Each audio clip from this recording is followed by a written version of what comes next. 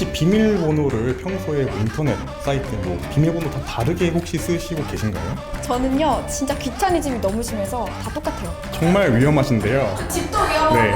제 기기도 위험하고 다 위험하네요. 주변이 그냥 다 위험하시네요.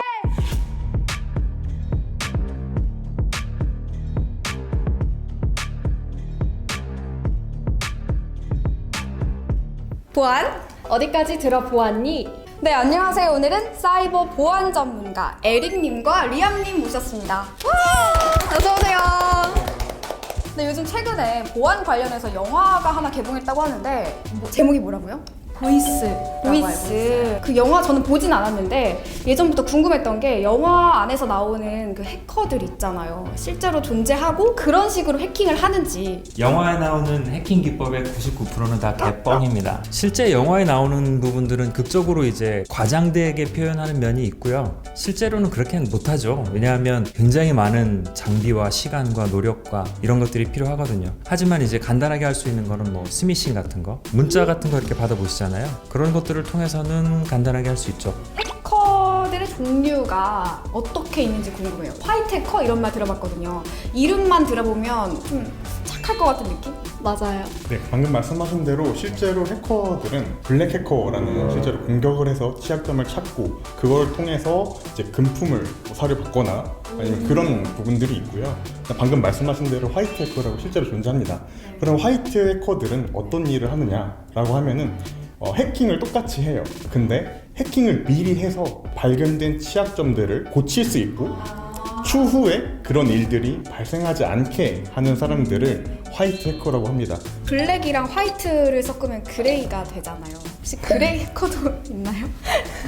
생각하시는 대로 그레이 해커도 있고요. 네, 그레이 해커들은 이제 본인이 하고 싶은 대로 조금 하려는 경향이 강하신 분들이고 내가 찾았는데 알려줄 수도 있고 아니면은 이게 정말 중요한 정보야 그러면 실제로 블랙 해커들처럼 그거를 대가를 바라고 판매를 하기도 하는 그런 분들을 일단 그레이 해커라고 불러요. 저는 또 궁금한 게 스마트폰을 공격하기도 하는지.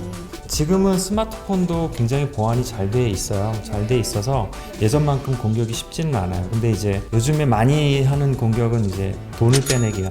그 스마트폰 같은 경우에는 굉장히 많이 패치가 빨리 되고 있고 특정 폰을 거론하기는 좀 그렇지만 A 폰은 좀 상대적으로 안전하다고 알려져 있는데 뭐 그거는 사실이기도 하고요. A사를 얘기해 주셨는데 아이패드, 애플폰 다 같이 연동해서 쓰는 경우 있잖아요. 네. 만약에 해킹을 하나를 당했어요? 그러면은 나머지 연동되어 있는 다른 기기들도 다 같이 당하는 건가요? 주로 뭐라고 표현하냐면 이제 싱글 포인트 오브 페일러라고 해서 단일 실패 지점이라고 하거든요. 한 곳이 뚫리면 다 뚫리는 그럴 수 있어요.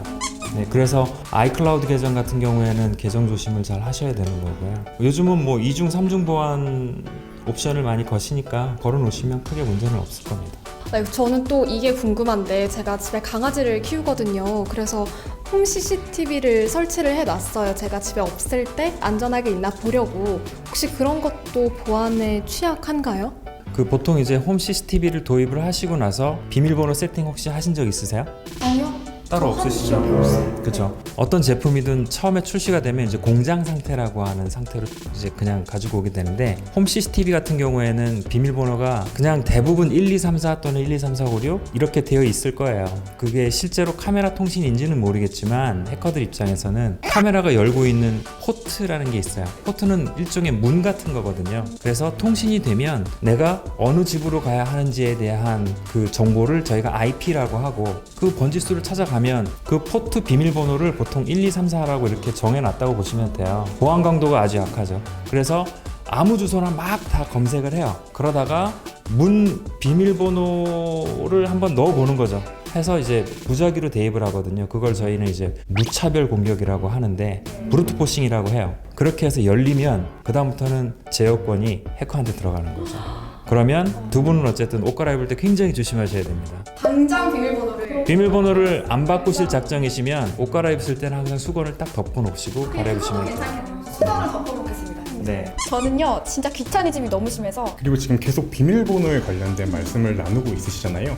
혹시 비밀번호를 평소에 뭐 인터넷 사이트 뭐 구글이라던가 아니면 네이버라던가 비밀번호 다 다르게 혹시 쓰시고 계신가요? 저는 사실 통일하려고 하는데 다 달라요. 저는요 진짜 귀차니즘이 너무 심해서 다 똑같아요. 그럼 위험한 거 맞죠? 정말 위험하신데요. 집도 위험하고 제 기기도 위험하고 다 위험하네요. 주변이 그냥 다 위험하시네요. 위험한 여자. 네, 아까 이제 홈 CCTV 관련해서 뭐 강아지라던가 이런 것들도 비밀번호가 공장 상태에서 나온 거는 뭐 1, 2, 3, 4로 고정되어 있다고 말씀하셨잖아요. 근데 그런 것처럼 저희가 사용하는 비밀번호도 그렇게 사용하시면 고정되어 있는 거예요. 예를 들어서 해커가 뭐 어떤 경로를 통해서 나의 비밀번호를 알게 됐어요. 그럼 유명한 사이트에 들어가서 아이디랑 패스워드를 다 넣어봐요. 만약에 그 사이트랑 다른 사이트랑 아이디 비밀번호 같다면은 뚫리겠죠. 네, 오늘은 그동안 저희가 궁금했었고 또 쉽게 지나쳤던 보안, 해킹 관련된 사실들 많이 알아봤는데요. 저는 이렇게 전문가님들 얘기 들어보니까 그동안 제가 모르고 지나쳤던 문제가 될 만한 것들을 되게 많이 알게 됐거든요. 어떠세요? 저는 사실 오늘 가장 크게 느낀 점이 와 나 진짜 위험한 여자다. 나 빨리 집에 가서 내 비밀번호부터 싹 바꾸고 우리 강아지 CCTV 비밀번호부터 바꿔야겠다 이 생각을 했거든요. 네, 맞아요. 다음 주에도 저희 실생활과 밀접하게 관련된 보안 관련 사실들, 소식들 많이 들고 오도록 하겠습니다. 네, 다음 주에도 에릭, 리암님과 함께 계속할 테니까요. 꼭 찾아와 주세요. 안녕!